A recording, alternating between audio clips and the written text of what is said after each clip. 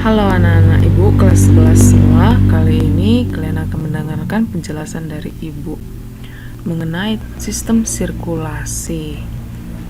Oke, jadi ibu harap jangan ada yang men-skip video dari ibu, apalagi tidak menonton sama sekali. Jadi usahakan diluangkan waktunya hanya beberapa menit ini ya. Langsung saja. Nah, di dalam tubuh kita ini ada yang namanya enzim, ya, terdapat enzim, ada oksigen, ada karbon dioksida, zat-zat makanan dan lain-lain. Ya, jadi ini semua diedarkan ke dalam suatu organ ke organ lainnya. Nah, ini semua melalui sistem transportasi atau disebut dengan sistem sirkulasi. Nah, itulah judul bab kita ya. Nah, ya, sistem sirkulasi. Nah, sistem transportasi ini terdiri atas dua sistem, yaitu sistem peredaran darah dan sistem limfa. Nah, pada video ini kita fokus ke dalam sistem peredaran darah dulu. Coba kalian perhatikan gambar yang ibu buat. Ini gambar apa? Ini adalah jantung dan ini adalah darah. Nah, jadi sistem peredaran darah pada manusia, organnya ini sangat berkaitan ya dengan sistem peredaran darah dan otomatis darah. Nah, mereka ini berdua memiliki hubungan kerja yang fungsional. Apa saja itu? Mari kita lihat. Jadi sistem peredaran darah manusia itu merupakan sistem peredaran darah yang tertutup dan sistem peredaran darah ganda. Apa maksudnya? Jadi kalau sistem peredaran darah tertutup, ini maksudnya karena darah ini mengalir di dalam pembuluh darah. Nah, disebut juga sebagai sistem peredaran darah ganda karena dalam satu kali peredaran darah 2 kali melewati jantung ya, 2 kali maksudnya. Oke, nah ini ya. Jadi darah dulu ya yang kita pelajari. Apa sebenarnya fungsi darah ini? Jadi coba kalian cari tahu. Ini ya, termasuk soal yang pertama. Apa saja fungsi dari darah ya? Itu soal yang pertama. Fungsi dari darah apa? Oke, mari kita lihat. Di dalam satu tetes darah itu ada plasma darah ya, ada eritrosit. Eritrosit itu adalah sel darah merah. Ini baru ada leukosit, itu sel darah putih nih. Ya. Dan yang terakhir itu ada trombosit atau keping darah. Jadi setelah menonton video ini, ibu harap kalian sudah tahu apa itu eritrosit, leukosit dan trombosit. Oke. Nah, jadi supaya lebih pahamnya, coba kita lihat ini. Nah, jadi kalau kita masukkan darah itu ke dalam tabung, baru dimasukkan ini ke dalam alat yang namanya sentrifuge. Nah, ini adalah untuk mempercepat proses pengendapan partikel-partikel. Nah, jadi kalau ini dia kita masukkan, nah benda ini akan berputar sehingga benda yang lebih padat dia akan di bawah semua mengendap dan cairannya berada di atas, terpisah dia ya. Nah, jadi setelah dikeluarkan dari alat ini, inilah penampakannya. Dari sini awalnya berubah menjadi ini setelah dimasukkan dari alat sentrifuge, namanya teknik sentrifugasi ya. Nah, jadi setelah diendapkan nih, terdapat namanya plasma darah. Berapa persen ini sudah ada ibu buat ya. Baru di bawah semua itu 45% itu seluruhnya ternyata adalah sel darah merah ya. Kalau keping darah ini ya ada di tengah-tengah dan sel darah putih. Nah, kita bisa lihat siapa yang lebih dominan, yaitu adalah plasma darah.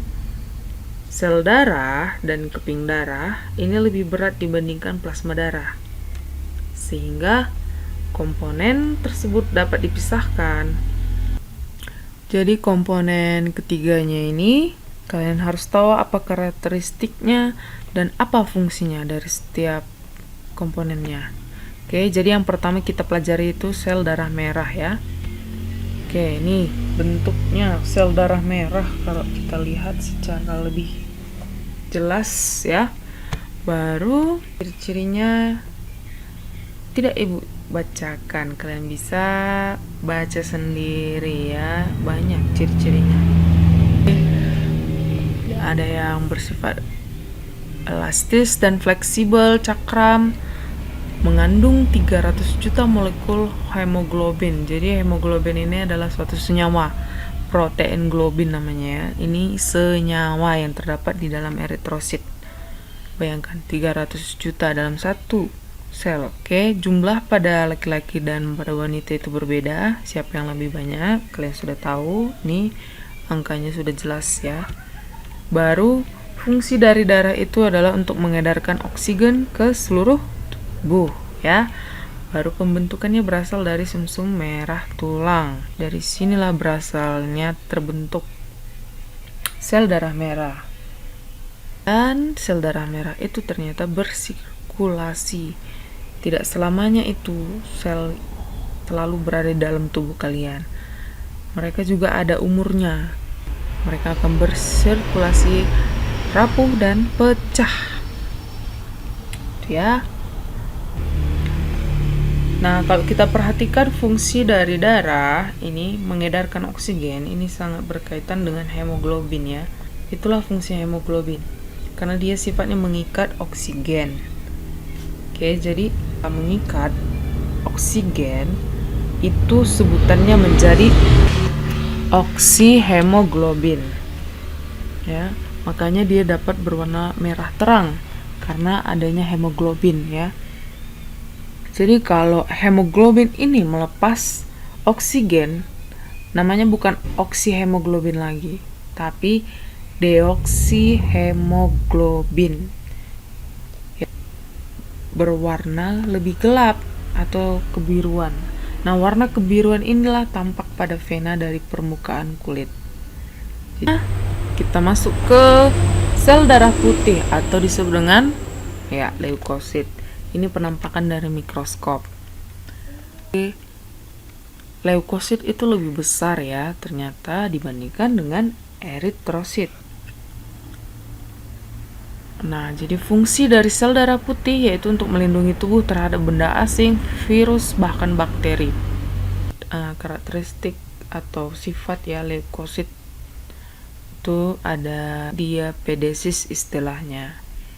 Ada juga bergerak secara ameboid, fagositosis, kemotaksis. Nah, istilah-istilah ini coba kalian cari apa. Kalian cari sendiri supaya kalian lebih paham ya. Jadi leukosit ini macam-macamnya karena ini ya ini berdasarkan ada tidaknya granul. Perannya ini berbeda-beda. Nah, kalau neutrofil ini berperan sebagai fagosit yang sangat aktif ya untuk menyerang menghancurkan bakteri dan lain-lain. Kalau eosinofil untuk fagosit yang lebih lemah dibandingkan yang neutrofil tadi ya, fagositnya yang aktif.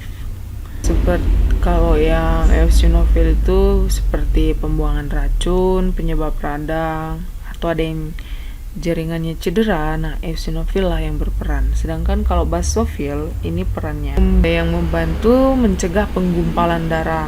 Nah itu ya. Granulosit ini dapat dibedakan menjadi dua jenis yaitu limfosit dan monosit.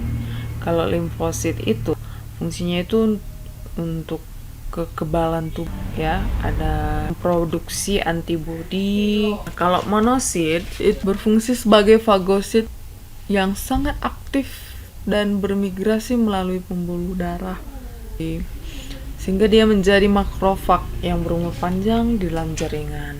Adalah yang akan kita bahas selanjutnya yaitu keping darah. Ini ya, eritrosit tuh sel darah merah. Nah, ini adalah bagian dari sel darah putih atau leukosit. Fungsinya itu nih, ada hemostasis sebagai pengintian darah ya. Baru sebagai perbaikan pembuluh darah yang robek.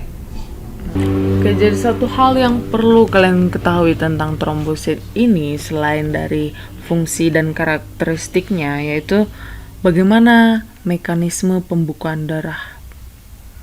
Oke, proses pembukuan darah. Ini ibu sudah ada buat gambarnya. Nah, jadi ini kita anggap sebagai jaringan yang luka ya. Ini yang sudah terbagi atas dua ini. Coba kalian perhatikan gambar pertama, kedua, ketiga, dan yang keempat. Oke, perhatikan ada perbedaannya kan? Dari yang dia terbuka, ini terluka pada awal, hingga dia tertutup. Nah, trombosit ini akan bersentuhan langsung dengan permukaan lukanya. Oke, ini keping darahnya tadi kan. Ini dia sel-sel yang rusak ini maksudnya ya. Baru dia akan mengeluarkan tromboplastin atau trombokinase ya.